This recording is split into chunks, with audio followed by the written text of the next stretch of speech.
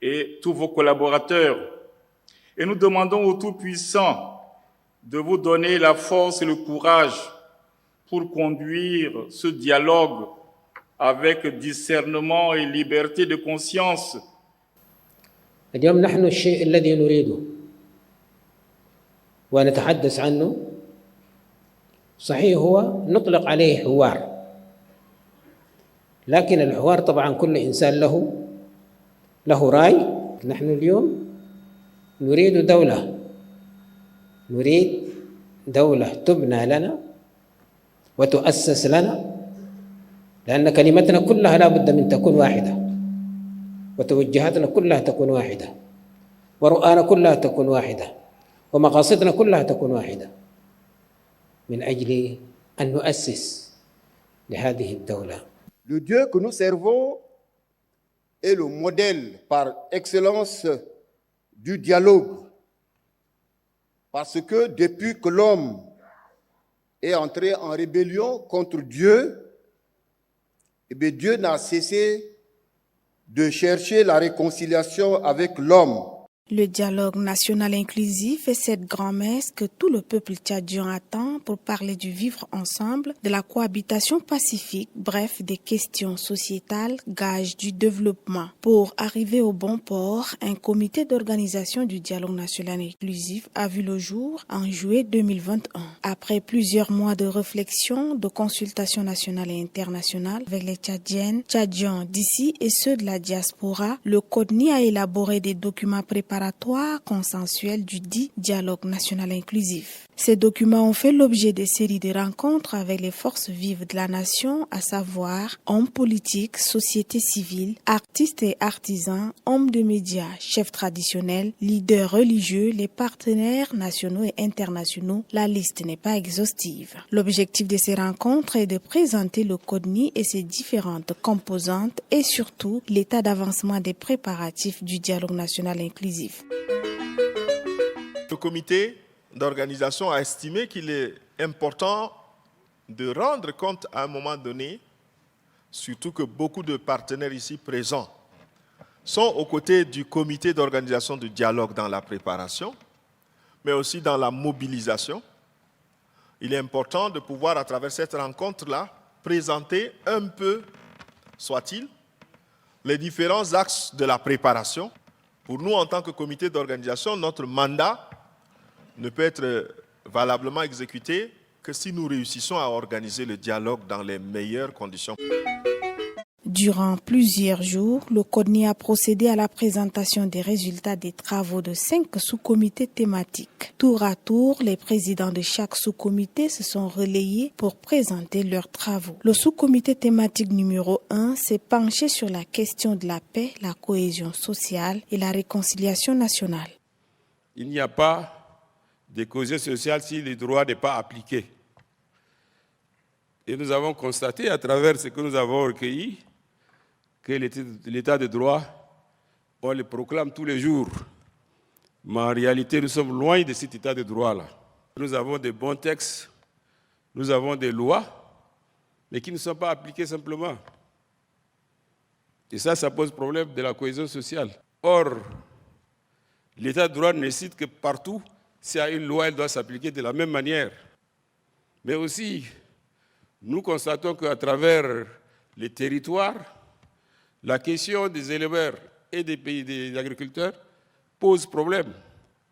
Non pas seulement qu'ils ont des problèmes entre eux sans raison, mais c'est parce que les gens interviennent sur le terrain compte tenu de la rareté des biens. Les gens interviennent, l'administration, le politique, l'administratif, mais aussi ceux qui ont les moyens et qui font que les gens, dans les solutions, finalement, ils ne trouvent pas leur compte. Nous avons traité également, c'est la question concernant les forces de défense et sécurité. Tout le monde dit que les problèmes du Tchad aujourd'hui, les problèmes que nous vivons, les difficultés, disons la faillite même de l'État, c'est dû aux forces de défense et sécurité. Parce que les forces de défense et sécurité, ils sont partout. Dans les politiques, dans l'administration, dans l'économique, dans la gestion de tous les jours.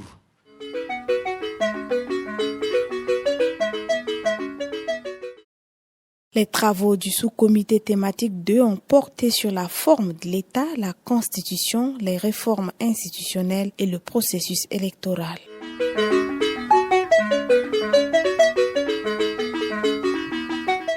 Notre travail a consisté à diagnostiquer, à analyser et à proposer des pistes de solutions aux crises politiques et institutionnelles dans notre pays. Notre analyse a consisté à dire que ce n'est pas la forme de l'État en soi qui est le problème dans notre pays. Il y a des sujets plus cruciaux. Et tout à l'heure, le président Diasnaba a évoqué la question du vivre ensemble, la question de l'injustice, la question de l'école, la question de la corruption, la question de l'armée. Ce sont autant de questions plus impérieuses. Et nous disons ceci, même si vous enlevez l'État unitaire décentralisé qui existait dans notre Constitution, vous remplacez ce groupe de mots-là par l'État fédéral, cela ne changera pas grand-chose si, dans notre mode de gouvernance, rien n'a changé. Au bout, nous aurons les mêmes résultats. Sur la question de la nature du régime, notre analyse aboutit à la conclusion que le régime dit de présidence intégrale est un régime de confusion de pouvoir. Aussi, conduit-il à leur déséquilibre et constitue une entorse au principe de séparation des pouvoirs.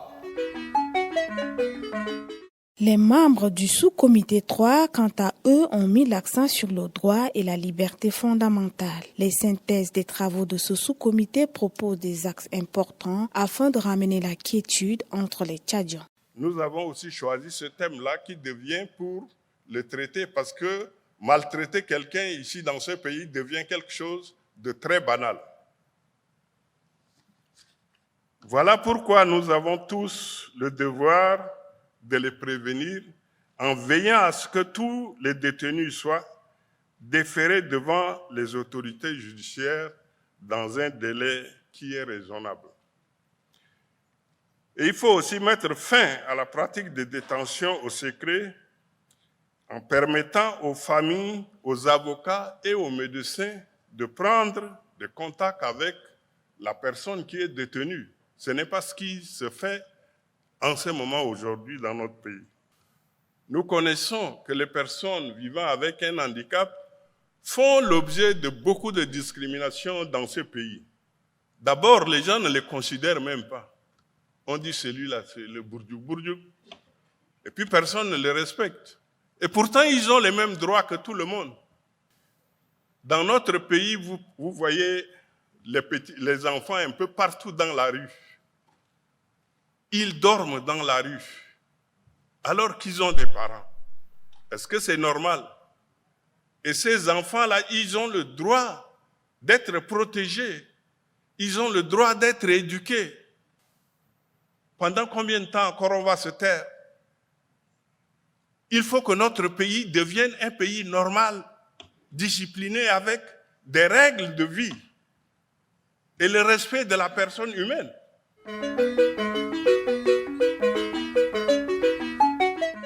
Le sous-comité 4 a traité de la question des politiques publiques sectorielles. Cela a permis de ressortir quelques grands points parmi lesquels le développement rural, la sécurité alimentaire, la question de l'économie, des finances, le climat des affaires, de l'éducation et la politique extérieure. Veillons à ce que l'économie soit l'économie de la production, l'économie de la redistribution, et l'économie d'un surplus qui crée des richesses, de façon à asseoir l'assise du pays, dans la mesure où ce pays est immensement riche de partout. Un exemple, nous avons du karité, des centaines de millions de plants de karité, du sud, du Guéra, jusqu'à l'ensemble de la zone méridionale. Nous avons du raisin, nous avons du poisson dans le BET. C'est un exemple. Et pour que cela soit, ça doit être accompagné par de la finance adaptée et ajustée. sans matraquer le climat des affaires. L'éducation aujourd'hui s'arrête juste en termes de savoir, savoir-faire et savoir-être. L'élément savoir-agir n'est pas encore consistant. Nous devons donc, chers collègues, de travailler pour que le savoir-agir apparaît. On a associé tout ce qui est sorti du terrain, plus nos différentes contributions, pour faire en sorte que, au nom de ces dialogues nationaux inclusifs, créer les conditions pour que le quotidien de « je n'ai plus faim, je n'ai plus soif » soit à travers l'articulation agriculture, élevage et ressources halieutiques. Le dernier sous-comité a fait un état des lieux sur les questions sociétales. Les travaux de réflexion de ce groupe ont permis de formuler un certain nombre de recommandations. Nous disons qu'il faut légiférer dans les meilleurs délais en matière de la gestion des migrations internes. En matière de gestion des migrations internes. Il faudrait également prendre des mesures correctives en vue de limiter les discriminations des jeunes en termes de formation professionnelle de haut niveau. Il faut également moderniser la filière artisanale. Nous avons des génies qui peuvent faire beaucoup de bonnes choses et qui amélioreront le tourisme tchadien, mais ils n'ont pas la formation adéquate pour faire des choses nouvelles et importantes. Enfin, le trafic d'enfants. L'enlèvement des enfants contre rançon fait partie du trafic d'enfants.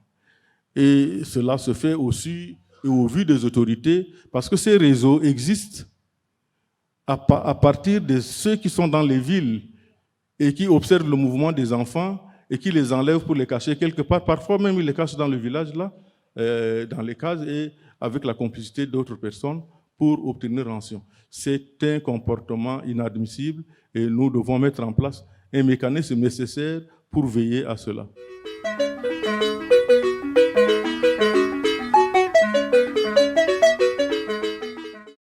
Cette série de rencontres du comité technique du dialogue national inclusif avec les forces vives de la nation ont aidé de recueillir des impressions, remarques et suggestions des uns et des autres pour mettre en musique le dialogue national inclusif imminent.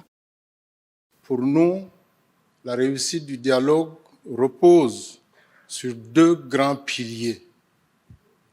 Les deux grands piliers sont l'agenda du dialogue et la participation à ce dialogue-là. Nous avions constaté, lors des différents pré-dialogues qui ont été organisés, aussi bien ici à N'Djamena, pré-dialogue auquel j'ai participé, et aussi en province, malheureusement, certaines recommandations, certaines propositions n'ont pas été exactement reprises dans les comptes rendus. Je voudrais dire ici que, en tant que femmes, nous sommes restés sur notre soif. La soif est celle de voir combien de femmes ont été membres de différents sous-comités qui ont abattu ce travail. Et ce que je demande maintenant au comité de dialogue inclusif, de penser à ces personnes déficientes visuelles. Nous avons besoin de la subvention due aux partis politiques. Vous avez occulté les partis politiques dans votre première présentation. Vous êtes excusés. Le dernier présentateur, M. Banera aussi, a parlé de subventions aux organisations. On n'a jamais parlé de subventions aux partis politiques. Les organisateurs reconnaissent les imperfections dans les travaux réalisés. Pour eux, certaines préoccupations importantes soulevées par les participants seront examinées et insérées dans les documents.